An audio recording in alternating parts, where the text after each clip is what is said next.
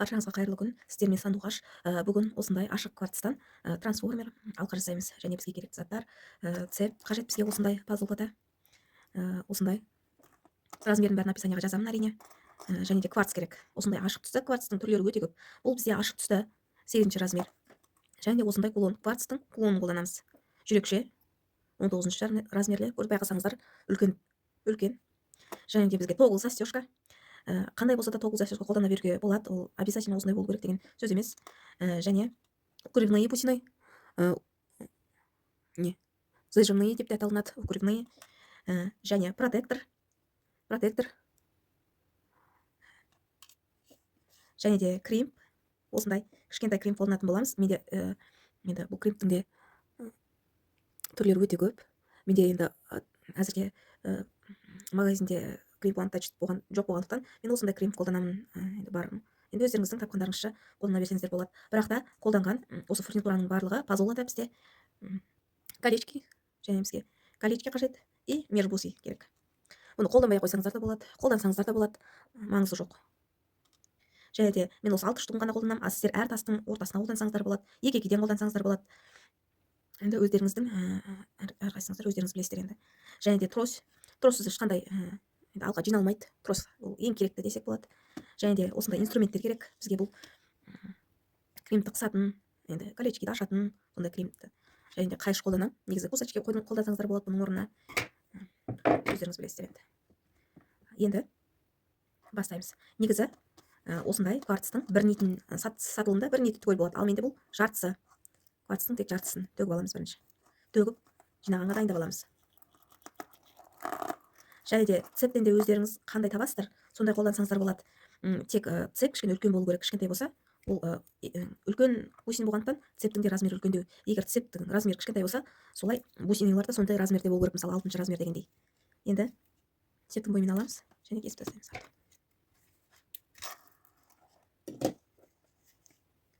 Түсінбей жатсаңыздар, менде комментарийға жазыңыздар. Енді қай жер түсініксіз. Қазір бұл 2022-2021 трендтегі алқалар қазіргі заманда. Осы кулондар, кажды қолданған осы цептердің барлығы қазіргі трендтегі. Кремп саламыз. Артынан протектор өткіземіз.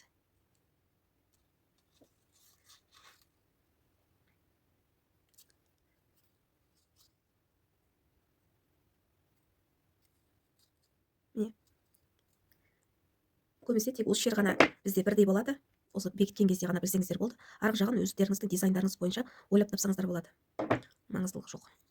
Енді осы енді бұл кішкене сәнсіз болып қалғандықтан, кішкене сәнді болу үшін ғана осы укрывныйды қолданады.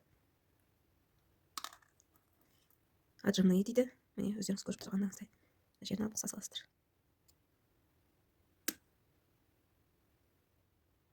Міне. Қысқан кезде осындай болып тұрады. Міне. Бұл сән үшін әрине. Енді мына алды межбусыйды примерно ортасына қолданамыз. Сол үшін ортасын тауып алуымыз керек осы моншақтарды. Үшеу. Цептің бойымен өлшеп отырамыз. Цептен не ұзын және қысқа болмау керек. Артық жерін осы моншақтың арасына салып жібереміз. Кремптар жайлы білгіңіз келсе, менің кремпы деген видеом бар. Соны қарап көріп, кремптардың түрлерін және қалай қолданамыз, соны қарасаңыздар болады.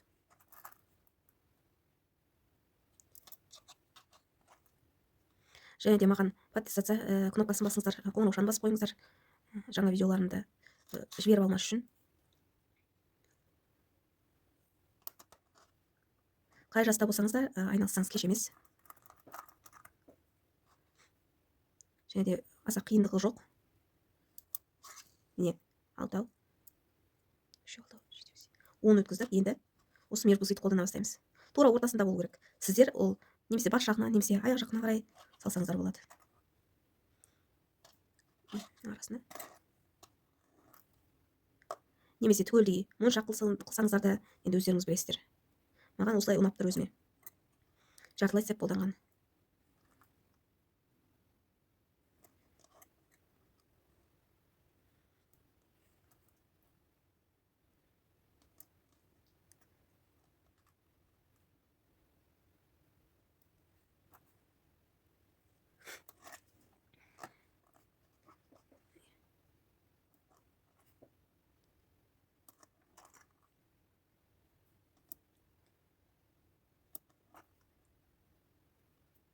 және де менің инстаграмыма ссылкасын төменге қалдырамын, описаниенің астына кіріп қарап, дизайндерін қарауға болады, түрлерін қарауға болады, кіріп көрсеңіздер болады.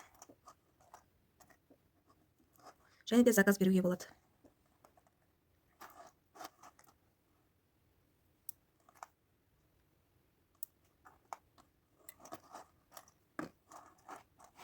Міне қарасаңыздар, міне цеппен бірдей болып тұр.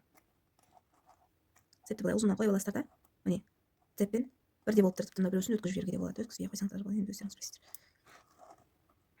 Міне цеппен бірдей. Енді өздеріңіздің қалауларыңызша ұзын қылсаңыздар да болады, қысқа қылсаңыздар да болады. Маған аса қатты қысқа болған ұнамайды. Мен всегда басқа алқаларымның көпшілігін орташа түрде жасаймын. Не қатты ұзын емес, не қатты қысқа емес, орташа болады. Мен көптеген жасаған алқаларым. Осы описаниеға жазып қоямын, атауларын жазамын, размерлерін жазамын. Содан қарап, заказ берсеңіздер де болады, әр қалада. Сонымен онлайн заказ берсеңіздер болады. Мен өзім ауылдық жерде тұрғандықтан, мен өзім онлайн заказ жасаймын, почтаға алдыртамын.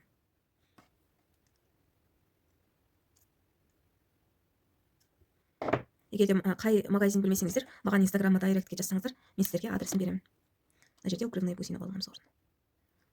Бұл сәндік үшін. Тек сәндік үшін ғана, ешқандай қысып, мықтылығына кепілдік бермейді, тек сәндік үшін ғана тұратын бұл бусина берсе.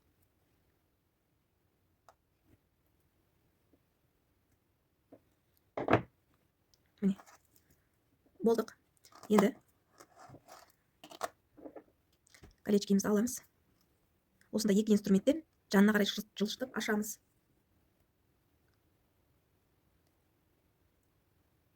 Жылжыттық, аштық. Енді осы колечкеге цеппен осы жасаған моншағымызды саламыз. Және колечкеді бекітеміз. Қайтадан жанына қарай қалай аштыңыздар, тура сондай бекітесіздер, ашық қалмау керек. Әпсе шығып кетеді. Енді мына тоғылымыз осы күйінше сатылады. Міне осылай. Енді осы тоғылымыздың колечкеін ашамыз.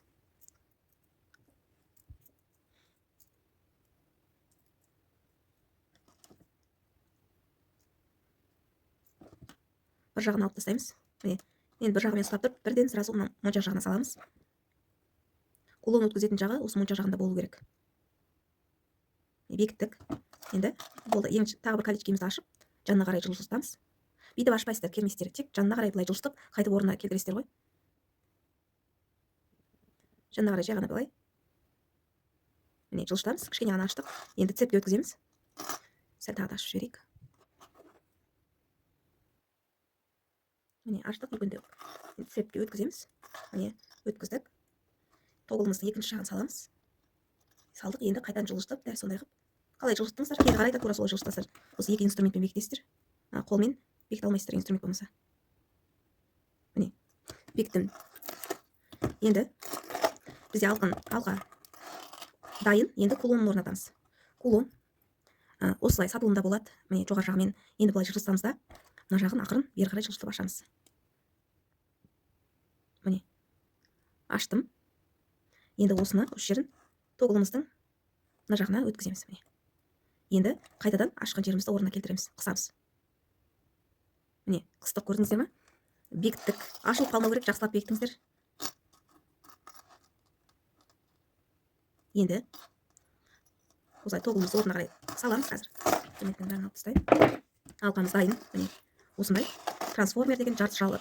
Не үшін трансформер? Жарты жағы цеппен, жарты жағы осындай моншақпен жасалынатын алқаларды трансформер алқа деп атаймыз. Міне осылай. Және мен әрқашанда набормен жасаймын. Наборында сырға немесе білезік болу керек. Менде сырға. Міне осындай наборда сырға менде. Сырғасын осы күйінше сатылады. Міне сырғасы. Тек ақырын швензаның мына жағын ашасыздар да, ашып ақырын жылжытып, былай қарай керге ашасыздар да, осыны өткізіп саласыздар. Болды. Былай дайын күйінше сатылады. Фурнитура сататын магазин алсаңыздар болады. Өзі әр қалада бар ғой фурнитура сататын магазин. Міне наборда осындай сырғасымен және браслетмен жасауға да болады. Рахмет баршаңызға көргендеріңізге. Енді подписаться етіп қойыңыздар, лайк басып қойыңыздар.